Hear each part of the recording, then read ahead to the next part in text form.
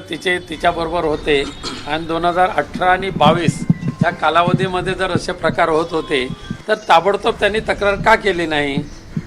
त्याला कोणी अडवलं होतं? त्यांच्यावर कोणी बंधन घातलं होतं?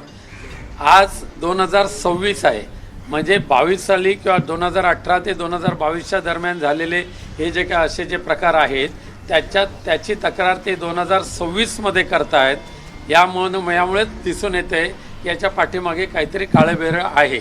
आणि हे सगळे गैरप्रकार होत असताना त्याने स्वतः तक्रारीमध्ये लिहिलेलं आहे की त्या प्रत्येक वेळेला माझे आई वडील माझ्याबरोबर असायचे आणि मग आईवडिलांच्याच संरक्षणामध्ये असणारी गिरिजा तिला त्याच वेळेला ह्या अघोरी प्रकाराच्या विरुद्ध आवाज उठवण्याची संधी होती किंवा तक्रार करण्याची संधी होती, परंतु त्यांनी 26पर्यंत हे का दाबून ठेवलं हा विषय आहे.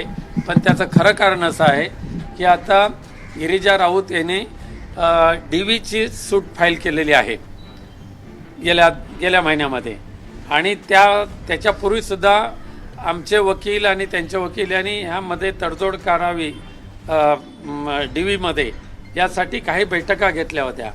पहिल्या बैठकीमध्ये तिने 5 करोड रुपये मागितले आणि 3 रूमचा घर मागितलं, 3 रूम किचन फ्लॅट, त्याचबरोबर ॲटोमॅटिक गाडी मागितली आणि तो फ्लॅटसुद्धा विथ टेरेस फ्लॅट असायला पाहिजे अशा पद्धतीची मागणी केली.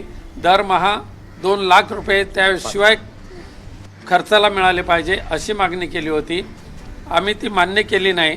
पण त्यानंतर पुन्हा तिने DVचं जे नोटीस दिलेले आहे आत्ता हे माझ्या हातात आहे ते, ह्या DVच्या नोटीसमध्ये 20D प्रमाणे कौटुंबिक हिंसाचार वगैरे ते काय नोटीस दिली. त्याच्यामध्ये आर्थिक अनुतोष रक्कम रुपये दरमहा 5 लाख, तसेच कायमस्वरूपी आर्थिक अनुतोष रक्कम 10 करोड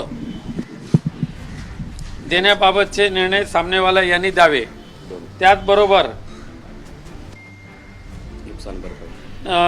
भावनात्मक त्रासापोटी जी नुकसान भरपाई आहे ती सुद्धा 2 करोड,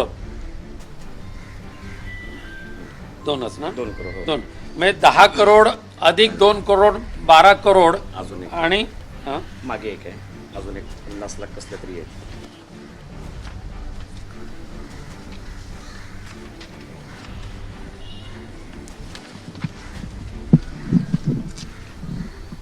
त्याचं भेटत नाही, अजून एक 50 लाख आहे. त्याशिवाय म्हणजे हे 12 करोड रुपये मागितले DVच्या नोटीसमध्ये आणि त्याशिवाय दरमहा 5 लाख रुपये खर्च मागितला. त्याशिवाय घर आणि गाडी ही मागणी तर कायमच ठेवलेली आहे आणि ही मागणी मान्य होणार नाही हे गृहीत लक्षात ठेवून तिने अशा पद्धतीचे खोटे नाटे आरोप आमच्यावर केलेले आहेत आणि ते आम्हाला मान्य नाहीत.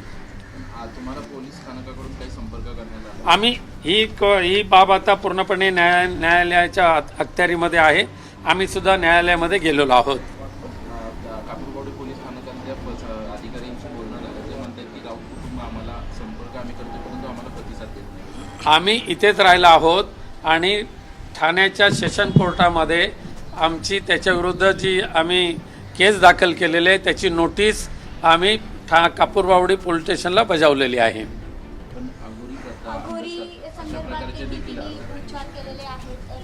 नाही, अघोरीच्या संदर्भातले उपचाराचं आम्ही पूर्णपणे खंडन करतो. आम्हाला ते मान्यच नाही, आम्ही त्या पंथातलेच नाही आहोत. पण तिने जे नोटीस दिलेले आहे त्या नोटीसमध्येच हे लिहिलेलं आहे की हे प्रकार होत असताना माझ्याबरोबर माझे आई वडील असायचे, हे एवढं स्पष्ट तिने तिच्या तक्रारीमध्ये लिहिलेलं आहे.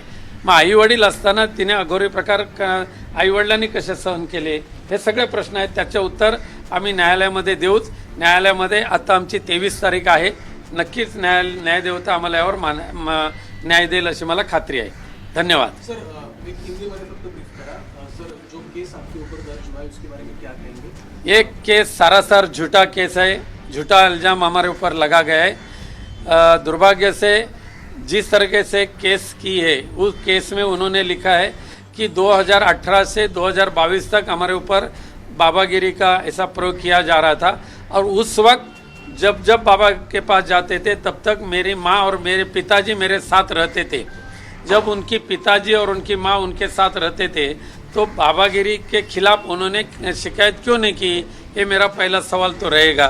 साथ साथ में 2022 के बाद आज 2026 है, ये 4 वर्ष तक इसके बारे में आपने शिकायत क्यों नहीं की? ये भी एक बहुत बड़ा प्रश्न हो सकता है। लेकिन इसका उत्तर एक है कि उन्होंने जो डीवी फाइल किया है, यानी उनके साथ जब डिस्कशन हमारे एडवोकेट का चालू था तभी पहली बार उन्होंने एडवोकेट के पास 5 करोड़ रुपए की मांग की।